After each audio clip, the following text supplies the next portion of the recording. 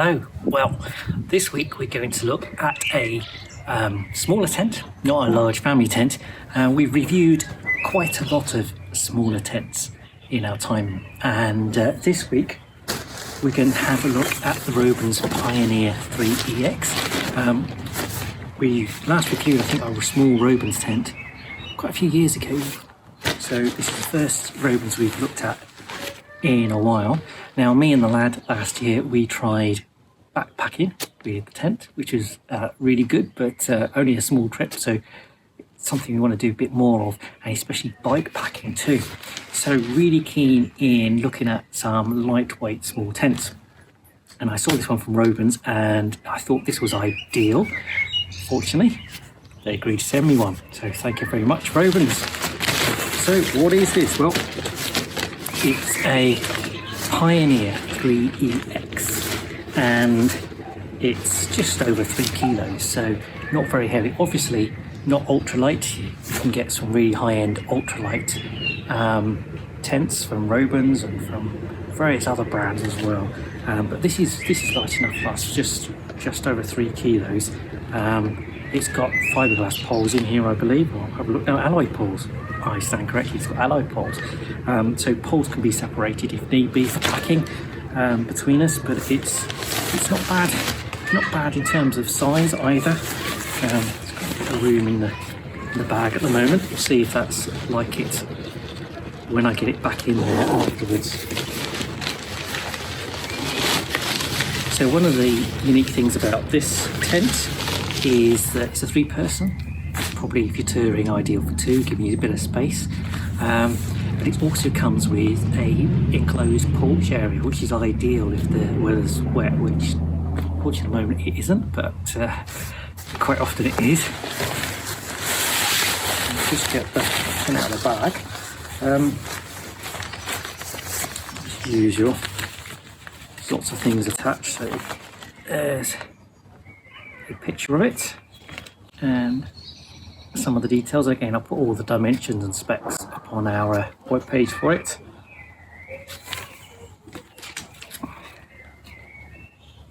So, number of details: wind tested to maximum 145 kilometers an hour, on average 138 kilometers an hour. Not bad. It comes with mosquito net, alloy poles, hanging point system, storage pockets, rain safe fence, guy line retainer, well that's handy, tape seams. It's got a hydrostatic head of 3,000 millimeters and it's fire retardant. Weighs 3.2 kilos and in the bag it's packed at 44 by 17 centimeters. So there you go. A lot of the details there. So we put all the details and links to it up on our webpage from the links below. As normal, you get some instructions inside.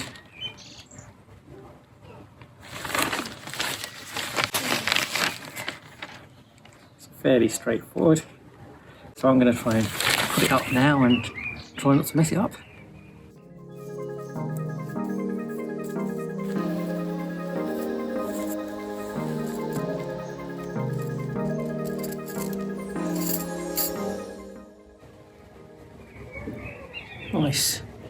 Nice thick alloy pegs.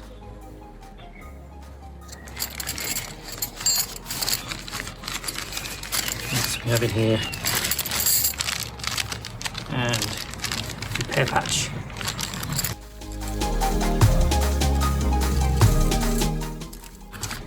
Oh, they look smart. Look at those holes. They're smart. Looks like we got colour coding on the end.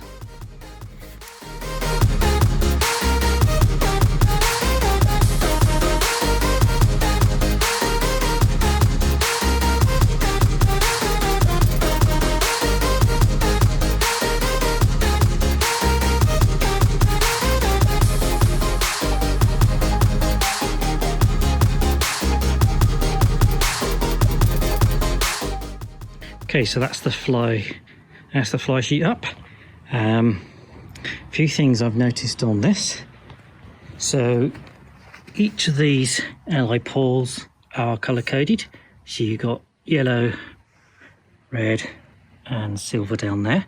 Now, interesting thing I saw about this is that you've got the usual end that toggles into the eyelet there. That's normal. But over on the other side, each of the poles goes down into a little pocket. Let me see on there. So the pole comes down here on the end and goes into pocket. So you only have to push into the eyelet on one side. That certainly, I find that certainly makes it a lot easier when you're pitching this tent on your own. So I've not got all the guy lines out in the garden, but we've got that pitched like that. Now there's a vent at that end. It's got a little Velcro support in there, and then there's a vent around the other end. So that's a good sized tent to come out of that small package. Now I'm gonna have to put the inner tent in. So I'm just going to see if I can open this up one-handed.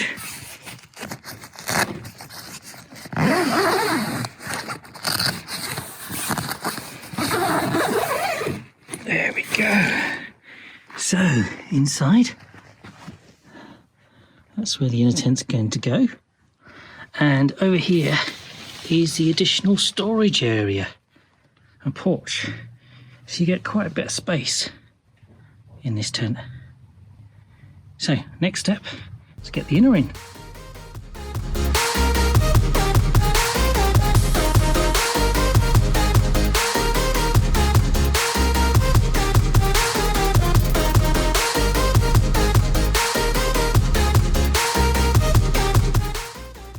Oh, well, that's the inner tent in. Very simple. It's quite warm in here in the sunshine. So yeah, quite simple. Clips into 4 points and toggles up. Although you might have seen, first time I laid it out, I'd actually got it upside down. Right. So open here. You see, it's got a mesh here. That's the only mesh I've seen. Mesh on there, mesh. There's no mesh on the door, which of course would add weight. There's a storage pocket just here, actually, on the side here, that just stores the door. So yep, there's a little hanging point at the front and the back for a lantern. Vent at the back. Storage pockets around the side. So I think it's looking fairly good. Just the sort of thing that we're after. So there's plenty of spaces at the front here for bags and things like that, which means you're going to have more living space. Of course, if you're really going lightweight and ultra, then you would do away with all of that, but this would give us, I think, the right sort of balance for me and the lad, or maybe three of us, me, Shell and the lad, to go out and do some hiking with the tent or bike packing, something we want to do. So yeah, so let me grab the camera and just show you what it's like in the bedroom.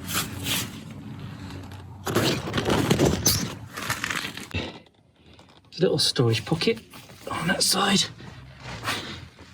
and storage pocket there, and a pocket just to stuff the door in, which is really handy and practical. Little tiny lantern hanging point at the top there. You're not going to fit a big lantern on that, but it's not designed for a big lantern. So there you go. I think you should be able to easily fit 3 on small self-inflating mats. 2 will obviously be plenty of room. So we'll get this set up with some sleeping bags.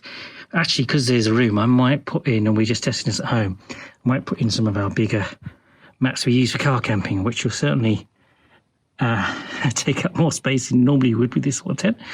But why not? We're at home, so yeah, let's give that a go. It's actually glorious weather, and it's baking hot in here. I'm going to get outside for a bit of air. Oh, there we go. So That's it there. And you see the shelter area just with a camera tripod in there. So that's really good for putting bags and stuff.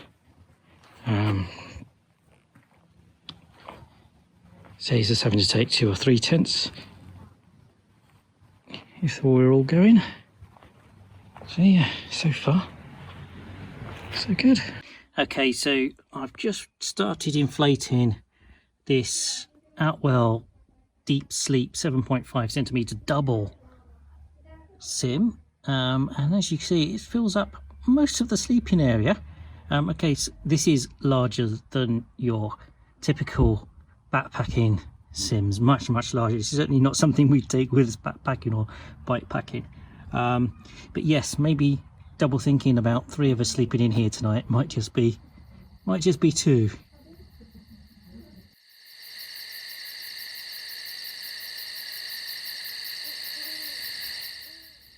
Right, so it's night time in the tent, and got ourselves set up in here. Well, I'm set up so far in here. It's actually easier, I found, with the feet down at the slopey end, not surprising. Head up by the door end. So we got room in here. If we had smaller mats in here, so it's not sleeping bag, you could get 3 and be a bit snug, but I think I'm more comfortable with 2. So here's the vent, and we'll see what it's like in the morning. Good night.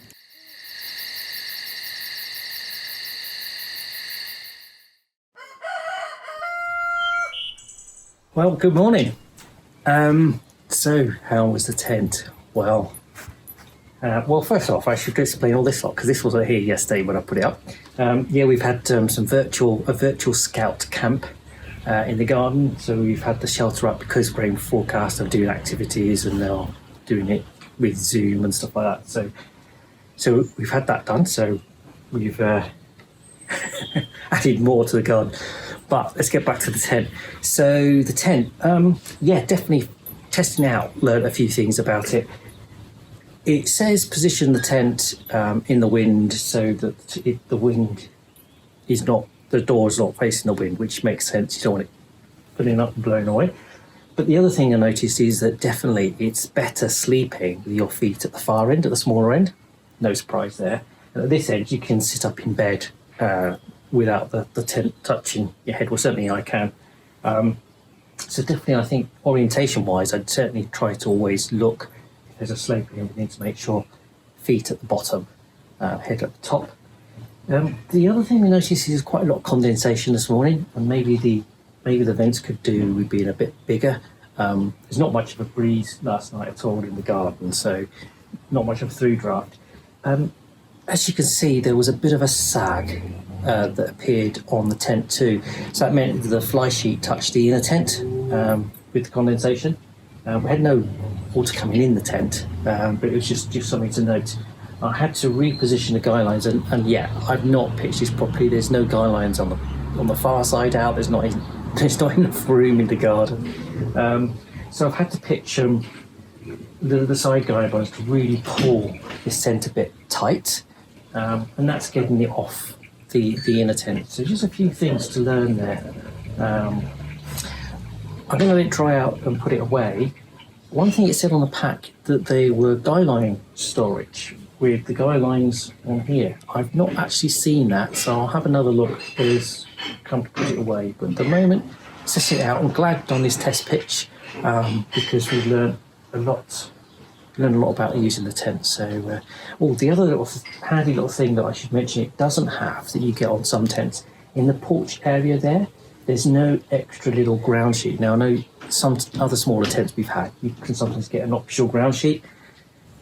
To be honest, sometimes just don't take that with us. It's an extra bit to take, but it could be useful having a little bit of sheet if you're camping in wet weather and you want to put your bags down somewhere dry, or other things to dry out on the front there. So you might just want to take something with you if you're camping and want that little bit of extra dry space once you've set up the porch area, is to take something to act as a small little ground sheet area. to put things on to keep them dry. But yeah, so far it's a really good test.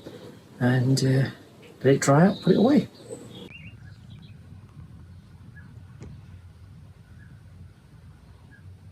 There's a little bit of damp on the floor too when I took the mat up.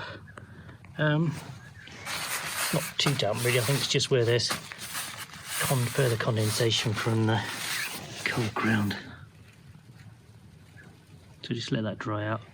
The sides have dried out now, so this is the side that I repegged out. And you see it's not touching the side. That side is touching, and that's the side which I haven't got the guy lines out on.